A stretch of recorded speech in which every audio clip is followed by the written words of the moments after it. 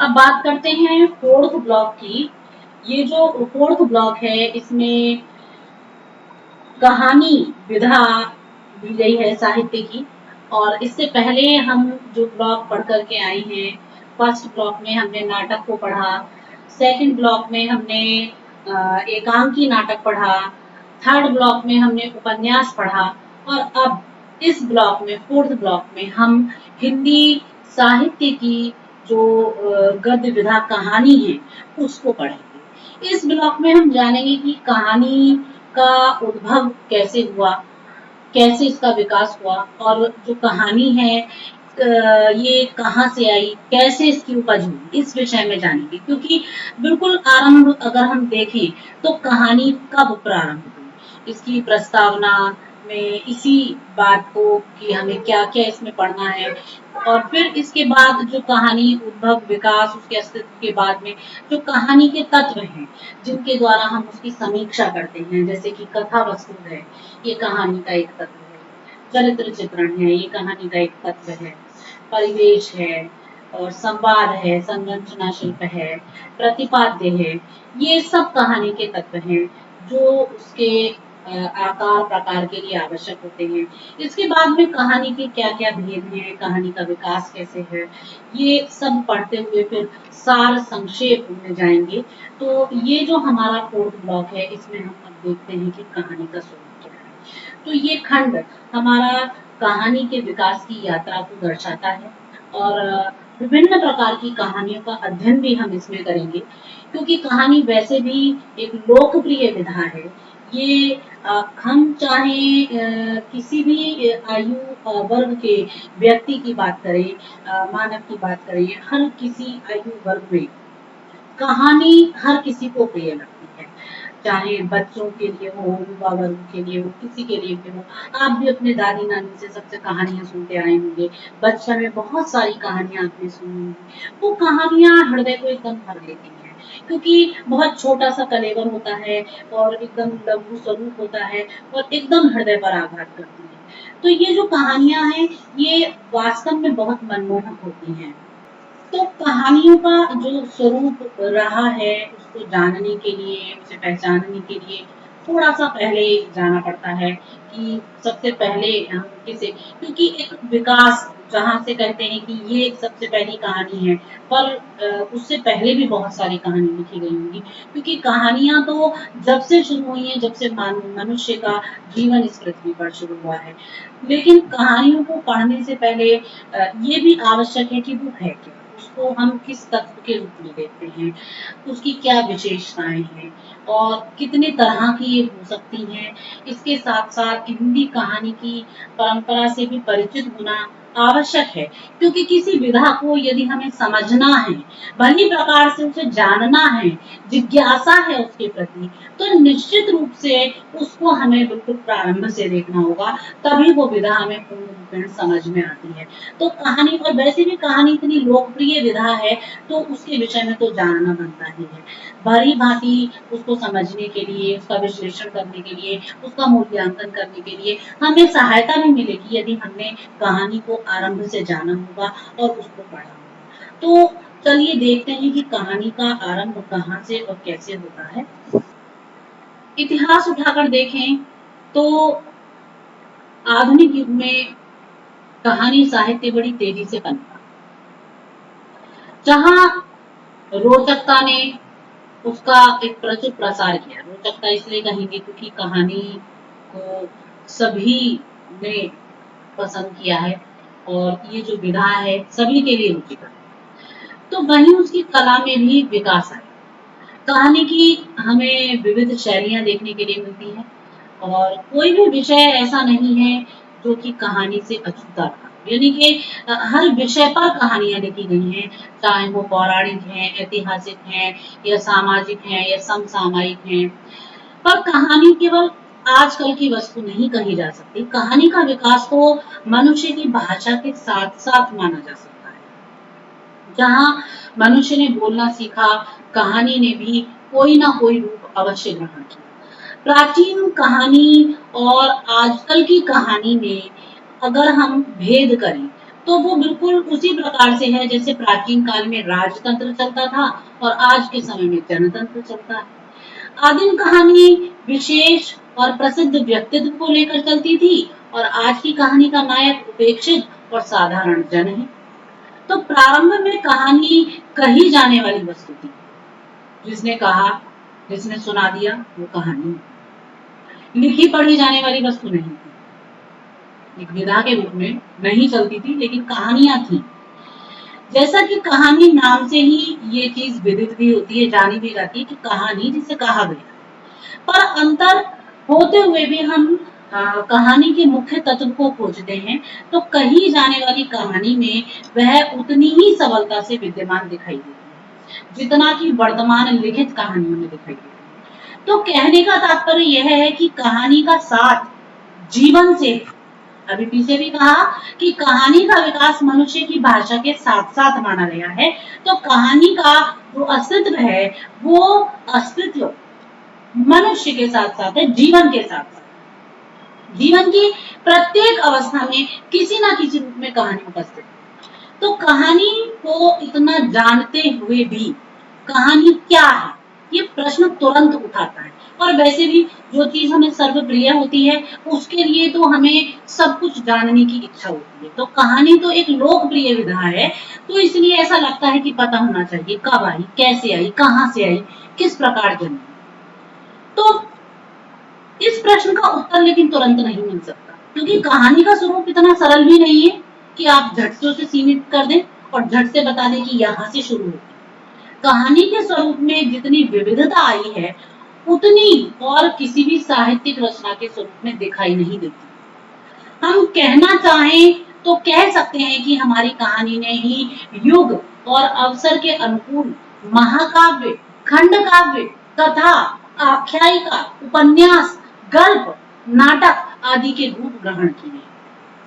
इसी कारण जब हम कहानी के स्वरूप का विश्लेषण करते हैं तो इसके अवयवों में इन सभी के तत्व पाए जाते हैं और ये एक बड़ा कारण है कि आजकल मानव समाज साहित्य के नाते कहानी पर जी।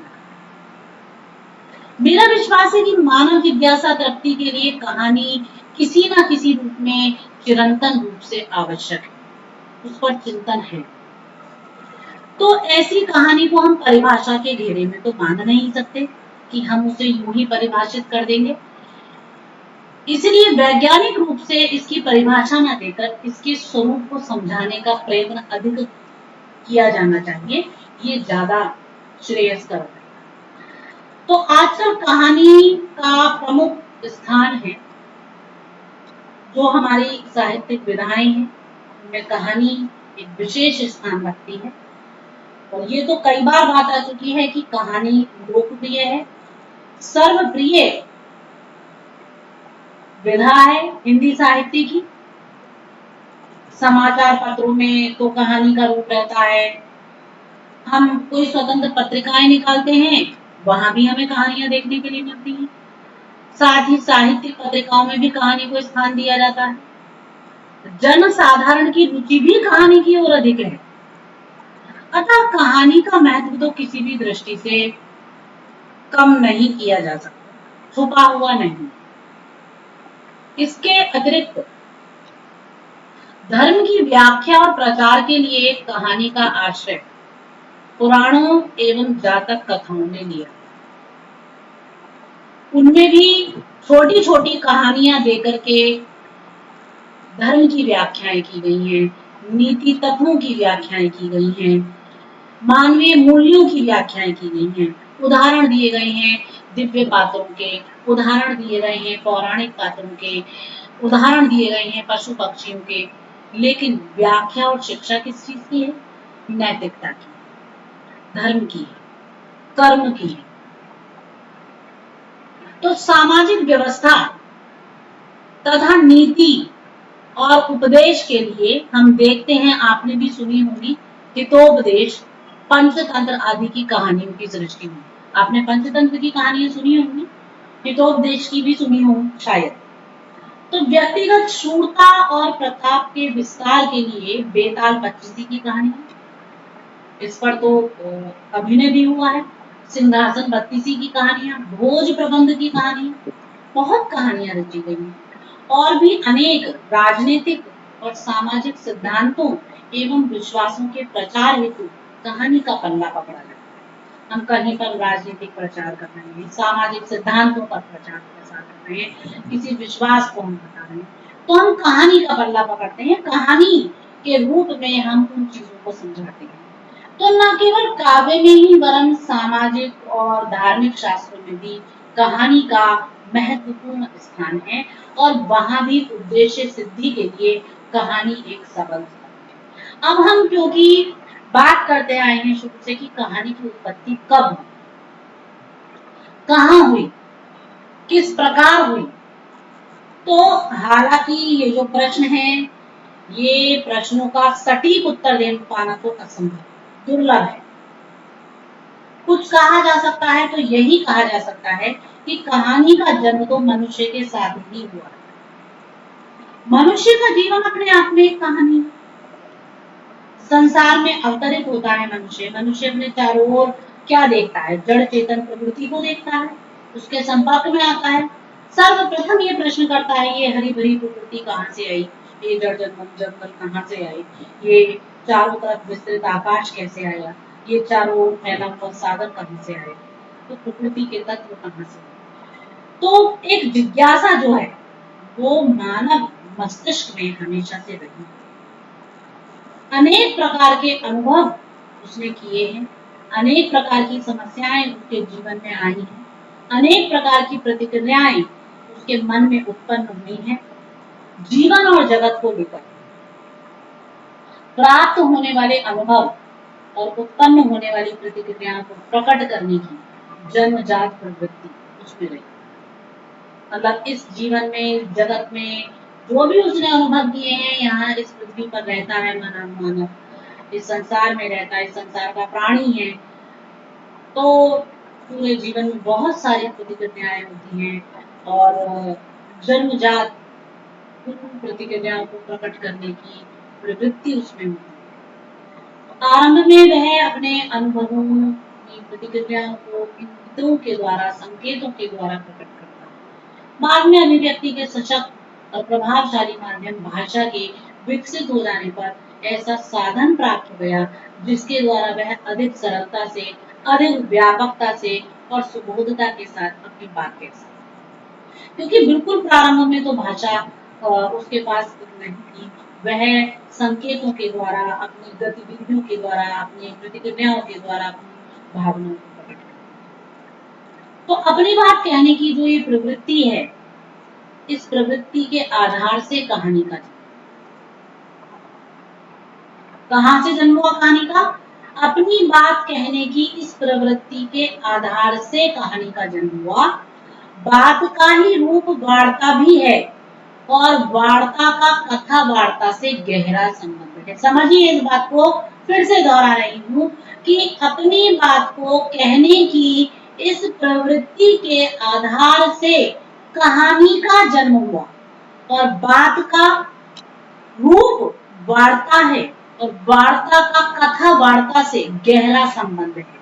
इससे स्पष्ट होता है कि जीवन और जगत के संबंध में मनुष्य के जो अनुभव थे, उन अनुभवों में उसने अपने उन अनुभवों के द्वारा उस भाषा को और परस्पर कहने सुनने की प्रवृत्ति को जाना, समझा, और कहानी की उत्पत्ति का आधार जो है वहां से प्रारंभ। एक दूसरे की बातों को कहा, जाना, सुना, तो वहीं से कहानी शुरू। बिल्कुल प्रारंभ में जब से हम कहानी की बात कर रहे हैं, तब से अगर हम कहानी को माने तो कहानी बिल्कुल आरंभिक चरण में एक मौखिक परंपरा रही। एक ने कही, दूसरे ने सुनी, उसने उससे कही, उसने उससे। जैसे जैसे भाषा का विकास हुआ, लिपि का विकास हुआ। विकास क्रम में पहले भाषा आती है, लिपि बाद में आती है। अतः लिपि के विकास तक कथा कहानियों की परंपरा मौखिक रही। जब तक लिपि का विकास नहीं हुआ था, तब तक जो ये कहानियों की परंपरा है ये मौखिक रही है। तो बिल्कुल प्रारंभ से हमने क्या कहा, हमने एक बात कही कि कहानी मनुष्य के जन्म के साथ जुड़ी हुई है, उसकी भाषा के साथ जुड़ी हुई है। जब उसने भाषा के द्वारा अपनी अभिव्यक्ति के सशक्त माध्यम को प्राप्त किया होगा, तभी से कहानी का जन्म हुआ। एक बात ये कही, फिर ये कही कि बात का ही रूप वार्ता है और वार्ता का ही रूप कथा वार्ता है, और इसका गहरा संबंध है वार्ता का और कथा वार्ता का। इससे स्पष्ट है कि जीवन और जगत के संबंध में मनुष्य के अनुभवों और उनके परस्पर कहने सुनने की प्रवृत्ति कहानी की उत्पत्ति का आधार उपस्थित करती है। तीसरी बात हमने ये कही कि आरंभ में कहानी की परंपरा मौखिक रही होगी, क्योंकि भाषा का विकास पहले हुआ, लिपि बाद में आती है। जब तक लिपि का विकास हुआ तब तक कथा और कहानियों की परंपरा मौखिक चली, बाद में उसे लिपिबद्ध और साहित्यिक रूप प्राप्त हुआ। तो लिपिबद्ध तथा साहित्यिक रूप के विकसित हो जाने पर ही कहानी की मौखिक परंपरा आज तक अबाध रूप से चली आ रही है। आज भी मौखिक रूप से कहानियां चलती हैं, इतनी लोक प्रचलित कहानियां हैं, संस्कृतियों से जुड़ी हुई कहानियां हैं, आपके मानवीय मूल्यों से जुड़ी हुई कहानियां हैं, समाज से प्रकृति से जुड़ी हुई तो कितनी कहानियां, पशु पक्षियों से जुड़ी हुई कहानियां। तो आज भी घरों में रात के समय घर की जो बड़ी बुजुर्ग माताएं हैं, स्त्रियां हैं, जैसे दादी हैं, नानी हैं, वो बच्चों को तरह तरह की कहानियां सुनाया करती हैं।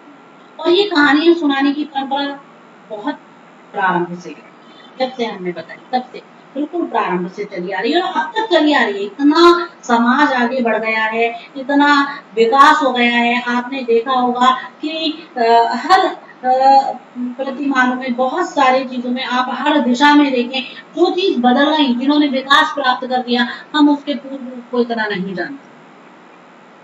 लेकिन ये जो एक परंपरा है, दादी और नानी से कहानी सुनने की परंपरा, कहानी कहने की परंपरा, ये तो आज तक चल रही है और यूं ही जीवंत है, सजीव है। आप भी सुनते हो, आपने भी बचपन में अपनी दादी नानी से, मम्मी से, सबसे कहानियां सुनी होंगी। अब आपके परिवार में जो छोटे बच्चे हैं वो सुनते हैं। तो ये जो कहानियां सुनने की परंपरा है, ये आज भी चली आ रही है और युगों युगों तक चलती रहेगी, क्योंकि वास्तव में ये वास्तविकता है, ये काट्य सत्य है कि समस्त विधाओं में जो कहानी विधा है वो सबसे प्रिय है। और यही कारण है कि ये लोक प्रचलित विधा है, लोक में चारों ओर व्याप्त विधा है, मिट्टी में बसी हुई विधा है। घर के नौकर चाकर हैं, उनसे भी काम लिया जाता है। नाई ठाकुर और पंडित जी भी जो है तरह तरह की कहानियां सुनाने में अपने पटु होते हैं। आज भी भूतों की, प्रेतों की, परियों की, देवों की, देवताओं की, दानवों की, सबकी कहानियां सुनी जाती हैं। आज भी एक समय की बात है, एक राजा थे, एक रानी थी, यहाँ से कहानियां आरंभ होती हैं और कहानियां चलती चली जाती हैं। किंतु ये सब कहानियों की मौखिक परंपरा है, जो पुरानी लकीर को पीटती चली आ रही है। परंतु हम यहाँ पर साहित्यिक विधा की बात कर रहे हैं। वास्तव में बात ऐसी नहीं है। जो कहानियां साहित्यिक धरातल पर अवतरित होती हैं, वो थोड़ा हट, भूतों, प्रेतों, परियों, देवों, दानवों, राजवीर, विक्रमादित्य, राजा भोज, महाराजा उदयन, महाराजा भातृहरि आदि के चरित्र तक की मौखिक कहानी सीमित नहीं, अनंत है। इसके आगे भी उनका विकास हो। तो ये जो कहानियां हैं, ये कहानियां मौखिक कहानी परंपरा की अगली कड़ी ही मानी जानी चाहिए। तो कहानियों का विकास यहीं से हम देखते हैं कि चल रहा है और ये अनवरत प्रवाहित है, रुका नहीं और प्रवाहित रहेगा। अब बात करते हैं कि कहानी सर्वप्रथम कहाँ पर उत्पन्न हुई। तो भारतवर्ष में सबसे पहली कहानी, लिखित कहानी उत्पन्न हुई। विद्वानों का ऐसा मानना है, क्योंकि कहानी के जो बीज हैं वो हमें ऋग्वेद से मिलते हैं। ये सभी जानते हैं कि ऋग्वेद संसार का प्राचीनतम ग्रंथ है और उसे आदि ग्रंथ होने का गौरव प्राप्त है। जो वेद हैं वो अपौरुषेय हैं, ये सभी जानते हैं। अपौरुषेय अर्थात जो पुरुष के द्वारा लिखे हुए नहीं है, अर्थात जो ईश्वर द्वारा रचित है। तो ऋग्वेद में हमें कहानी के सूत्र मिलते हैं। वहां पर बहुत सारे संवाद सूक्त हैं जिनमें कहानियों का वर्णन है, जैसे कि यम यमी संवाद सूक्त है, पुरुरवा संवाद सूक्त है, पुरुरवा उर्वशी संवाद सूक्त है और विश्वामित्र नदी संवाद सूक्त है। तो इस प्रकार जो वो संवाद सूक्त है वहां हमें कहानी के बीज मिलते हैं। लिपिबद्ध कहानियों की जो ये परंपरा है वो ऋग्वेद से आरंभ होकर आज तक चली आ रही है। ऋग्वेद वैदिक संस्कृत का प्राचीनतम ग्रंथ है, क्योंकि हम अगर बिल्कुल विश्व के साहित्य में प्राचीन साहित्य की बात करें तो ऋग्वेद सर्व प्राचीन है और वैदिक साहित्य का भी मूल है ऋग्वेद। आप जानते ही हैं 4 वेद हैं, ऋग्वेद, यजुर्वेद, सामवेद, अथर्ववेद। और ऋग्वेद जो है वहां पर हमें कहानी के बीज प्राप्त होते हैं। वैदिक संस्कृत, लौकिक संस्कृत, फिर पाली, फिर प्राकृत, फिर अपभ्रंश, इनसे होती हुई कहानी की ये परंपरा हिंदी में आई है। अब आप कल्पना कर लीजिए कि हिंदी में कितने बाद में आई है। पहले वैदिक संस्कृत, जो हमारे वेद हैं, वेदांग हैं, उपनिषद हैं, ब्राह्मण हैं, ये सारे स्मृति ग्रंथ हैं हमारे वैदिक संस्कृत में। ठीक है, पुराण आदि इतिहास। लौकिक संस्कृत, महाकाव्य, रामायण है, महाभारत है। फिर पाली, प्राकृत, अपभ्रंश, ये भाषाओं का आगे विकास हुआ। फिर इसके बाद हिंदी आई। तो ये जो कहानी है ये इतने पड़ावों को पार करते हुए फिर हिंदी में आई। तो ये एक अलग बात है कि पुरानी और आधुनिक कहानी में नाम मात्र का ही साम्य है, पर समय और युग के साथ साथ कहानी भी परिवर्तित हुई, उसका स्वरूप बदला है। आज उसका रूप इतना बदल गया है कि वह स्वयं पुराने रूप को पहचानने में असमर्थ है। उसका केवल रूप नहीं बदला, उसके संस्कार बदल गए, उसकी आत्मा बदल गई। आत्मा चाहे उसकी भारतीय ही हो, किंतु संस्कार उसके विदेशी भी हैं।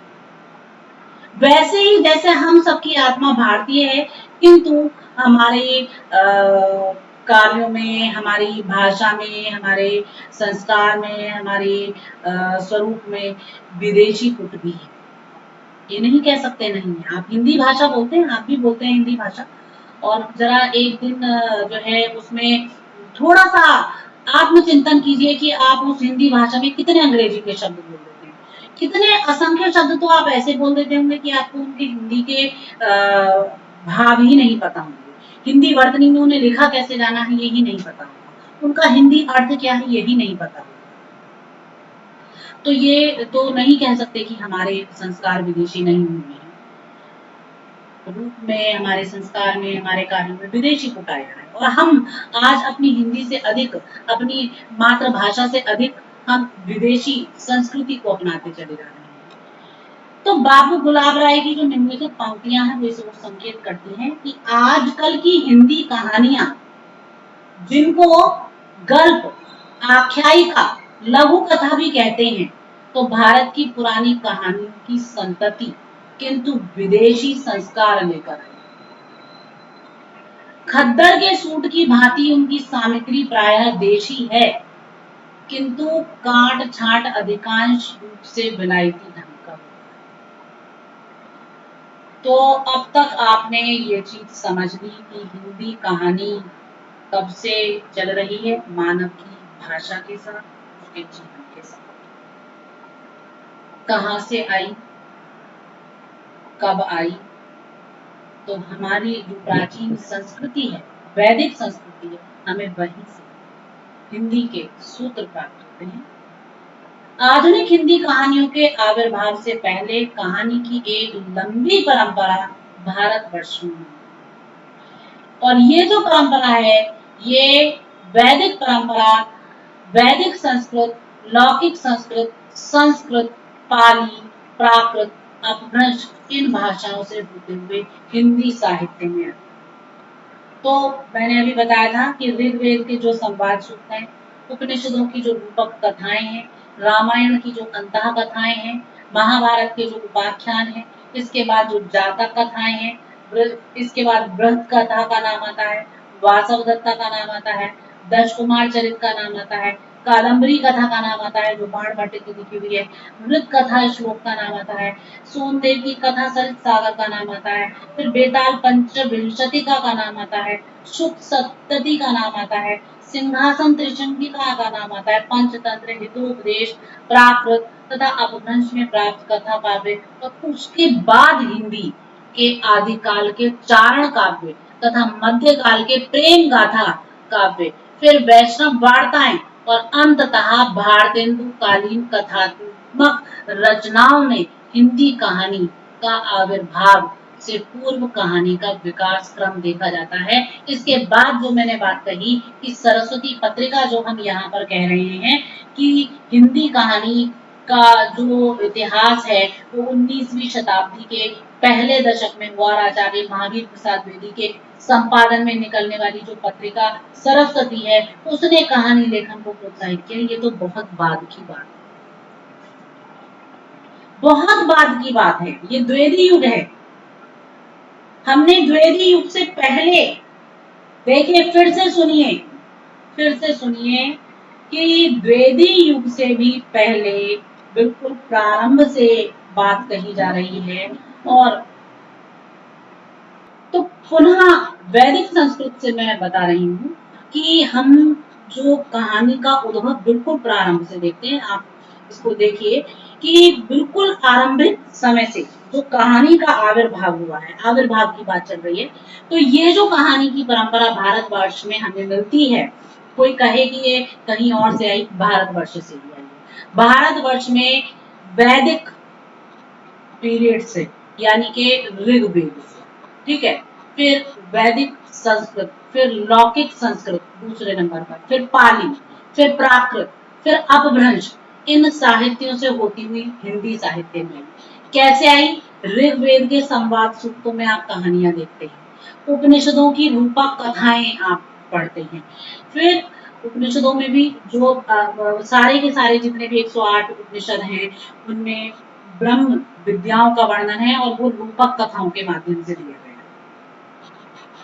इसके बाद लौकिक संस्कृत जो आता है हमारा, रामायण में अंतः कथाएं आती हैं और फिर महाभारत में उपाख्यान हैं बहुत सारे, और जातक कथाएं हैं। जातक कथाओं में पशु पक्षियों की कथाओं के आधार पर नैतिक, चारित्रिक और मानवीय मूल्यों की शिक्षाएं दी गई हैं। फिर आपकी बृहद कथा आती है जिसे बड्ढ कथा भी कहा गया है, बुढ़ाढे की बड्ढ कथा। तो ये एक प्राचीन कथा है जो जहाँ से बहुत सारी कहानियों का उद्गम होता है, ठीक है। फिर वासव दत्ता है, और उसके बाद दश कुमार चरितम है दंडी की, फिर आपकी बाण भट्ट की कादम्बरी आती है और मृत कथा श्लोक आती है, फिर सोमदेव का कथा सरित सागर आता है, बेताल पंचविंशति का आती है, शुक सप्तति आती है, इसके बाद में सिंहासन त्रिशंका आती है, फिर पंचतंत्र है, और फिर हितोपदेश है, फिर प्राकृत भाषा में लिखी हुई कहानियां, फिर अपभ्रंश में प्राप्त जो कथा काव्य है। यहाँ तक तो ये आपका चल रहा है। इसके बाद हिंदी, हिंदी का आदिकाल प्रारंभ होता है। आदिकाल जो आपका चारण काल है, जो आपका वीर गाथा काल है, तो बहुत सारे नामों से जाना गया। तो वहां उस आदिकाल में, जबकि महाकाव्य युग था, तो आदिकाल के चारण काव्य में हमें कहानी की कथाएं प्राप्त होती हैं। फिर चारण काल के बाद में मध्यकाल आता है जिसमें सारी आपकी प्रेम गाथा काव्य लिखे गए, ठीक है, प्रेम गाथा काव्य लिखे गए हैं। इसके बाद में वैष्णव वार्ताएं आती हैं इसी काल में। फिर इसके बाद हालांकि मध्यकाल के बाद में आपका नीति काल आता है, नीति काल के बाद आधुनिक काल आता है, और इस आधुनिक काल का भेद भारतेंदुकालीन कथात्मक रचनाएं, ठीक है। तो आधुनिक काल में जो भारतेंदु काल आया है, जहां से गद्य प्रारंभ हुआ है, वहां से कथात्मक रचनाओं में हिंदी कहानी का आविर्भाव हुआ है, जो कि पूर्व कहानी का विकास क्रम के रूप में देखा जा सकता है। और फिर इस भारतेंदु युग के बाद द्विवेदी युग आता है, और ये जो द्विवेदी युग है, इस द्विवेदी युग में जो महावीर प्रसाद द्विवेदी के द्वारा जो सरस्वती पत्रिका का संपादन किया गया है, इस सरस्वती पत्रिका में बहुत सारी कहानियां जो है वो संपादित। तो आपने यहाँ पर इतनी चीज सीखी कि संसार का सबसे पुराना जो ग्रंथ है, प्राचीन ग्रंथ है, वो ऋग्वेद है, और ऋग्वेद से हमें कहानी के बीज प्राप्त हुए। इसके अंतर्गत दैवी शक्तियों की आराधना, स्तुति में कहे गए मंत्रों का समावेश।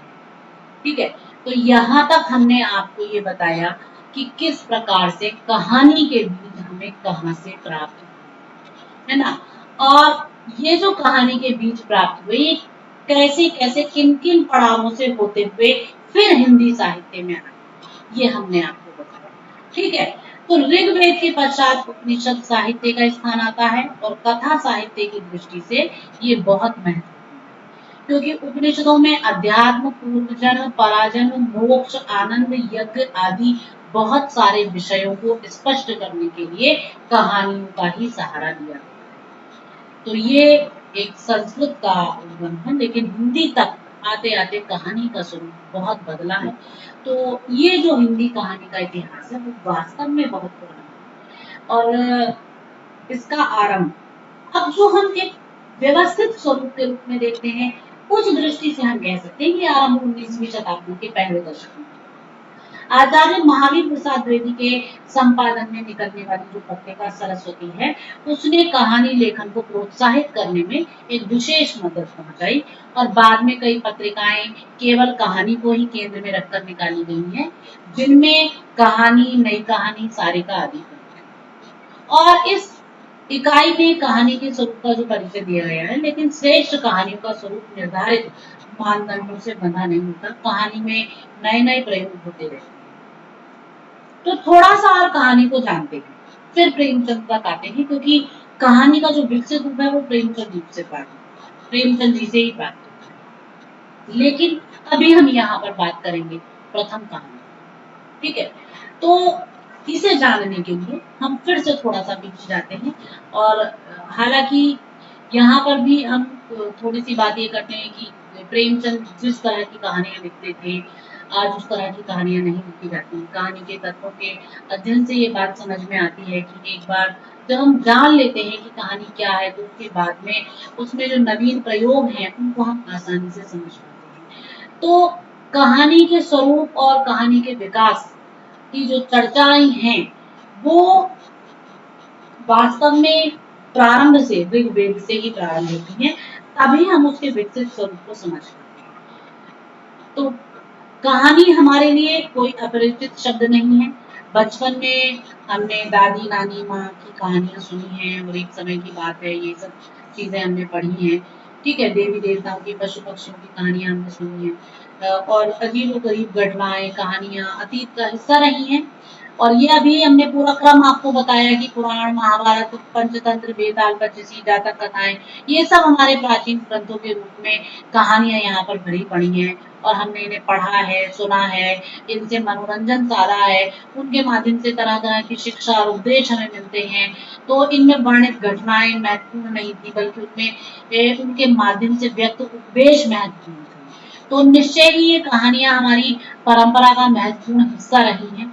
और इस कहानी में जो साहित्यिक विधा है, उसको जानने के लिए जो पुरानी कहानियां हैं, क्योंकि वो जो साहित्यिक विधा है वो पुरानी कहानियों से अलग है, भिन्न है।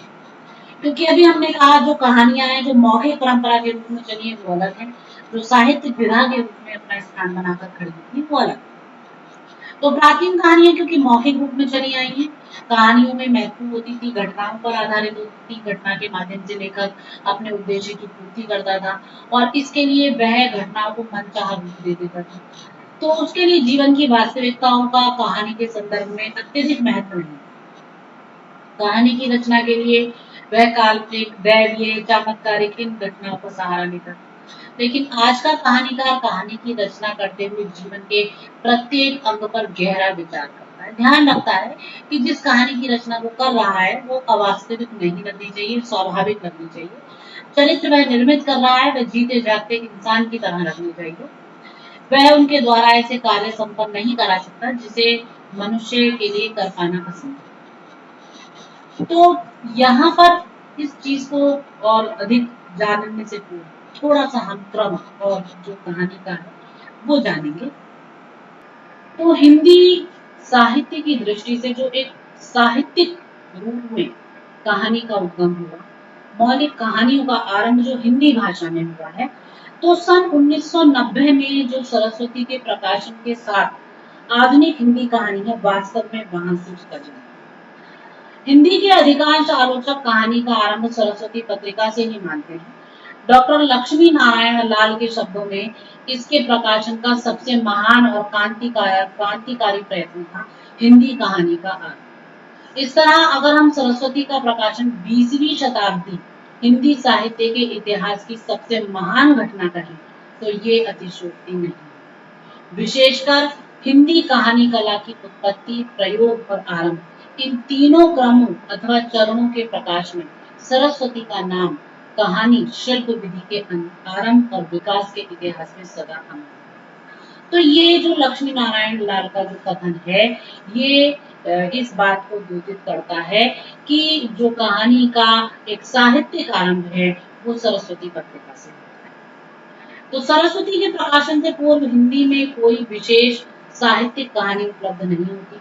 सरस्वती के प्रकाशन में आने के साथ ही शेक्सपियर के विभिन्न नाटकों के अनुवाद कहानी रूप में प्रकाशित हुए हैं, है ना।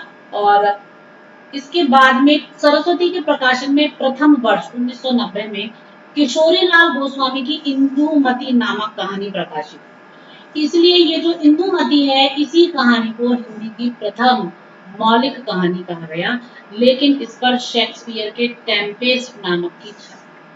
1902 में मास्टर भगवान दास की मास्टर चुड़ैल और सन 1903 में रामचंद्र शुक्ल की 11 वर्ष का समय तथा गिरिजा दत्त वाजपेयी की पंडित और पंडितानी और सन 1906 में जम्मू की न्याय, सन 1907 में बंग महिला की दुलाई बानी, सन 1909 में वृंदावन लाल वर्मा की राखी बंद भाई और मैथिली शरण गुप्त की नकली किला आदि कहानियां सरस्वती में प्रकाशित। तो इस दृष्टि से हम देखते हैं कि जो इंदुमती है किशोरीलाल गोस्वामी की वो प्रथम कहानी के रूप में जानी जाती है, सबसे पहले वो प्रकाशित हुई। और उपयुक्त जो कहानियां हैं इन सब के आधार पर आचार्य रामचंद्र शुक्ल ने कालक्रम के अनुसार 3 कहानियों को हिंदी की मौलिक कहानियों में रखा है। एक है 1900 में प्रकाशित होने वाली इंदुमती जो किशोरीलाल गोस्वामी जी के द्वारा लिखी गई, 1903 में प्रकाशित होने वाली 11 वर्ष का समय जो स्वयं रामचंद्र शुक्ल जी ने लिखी, और 1907 में प्रकाशित हुई दुलाई वाली जो बंग।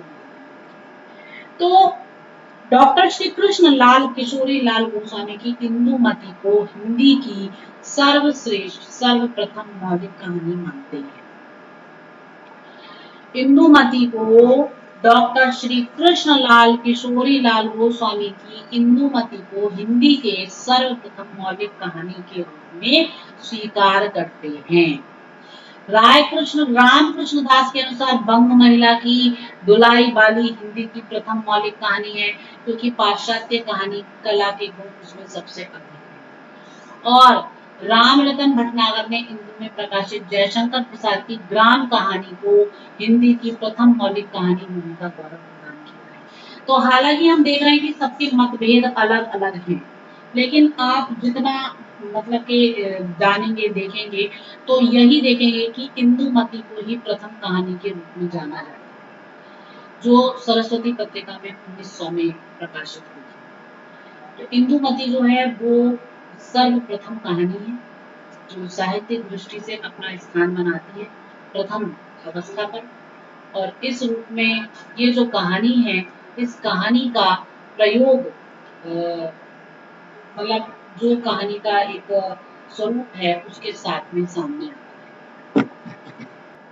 तो हमने देखा कि विभिन्न मतों और मतांतरों के बाद भी जो इंदुमती है किशोरीलाल गोस्वामी की उसको हिंदी की प्रथम कहानी के रूप में नवाजा गया तो ये निश्चय है कि एक जो प्राचीन काल में कहानी का स्वरूप था और जो आज कहानी का स्वरूप है, उसमें एक बहुत बड़ा फर्क है। और ये फर्क अनायास नहीं आया है। 18वीं और 19वीं शताब्दी में हुए जो परिवर्तन है, मनुष्य की सोच है, क्रांतिकारी परिवर्तन उसमें आए उसकी वजह से।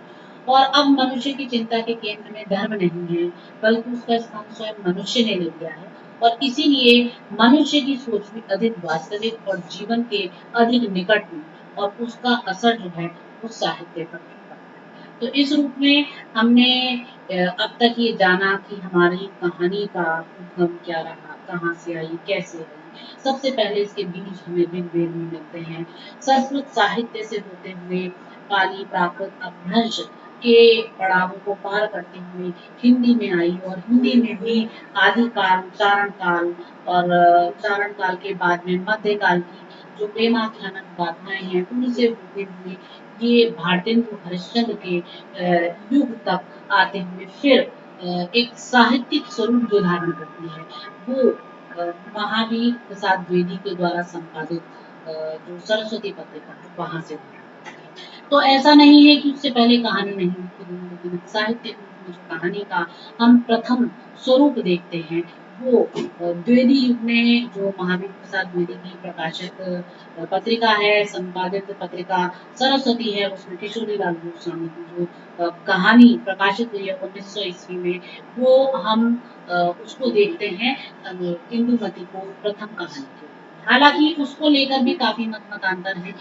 कोई रामचंद्र शुक्ल जी की कहानी को पहली मानता है, कोई बंग महिला की कहानी को पहली मानता है, लेकिन फिर भी जो सर्वसम्मति से प्राप्त होती है, वो किशोरीलाल गोस्वामी की कहानी इंदुमती प्रथम कहानी के रूप में जानी जाती है। ठीक है। तो अब हमने जो जाना है वो इस रूप में हमने माना कि जो हमारी कहानी है उसका आरंभ कहाँ से, कैसे, कब, किस प्रकार होता चला गया।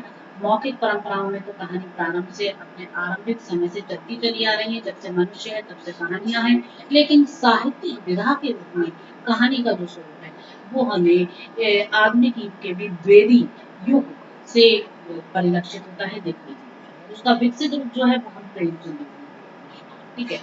तो ये कहानी का आरंभ है। इसके आगे का अब जो आधुनिक युग का प्रभाव है उससे जानेंगे। धन्यवाद।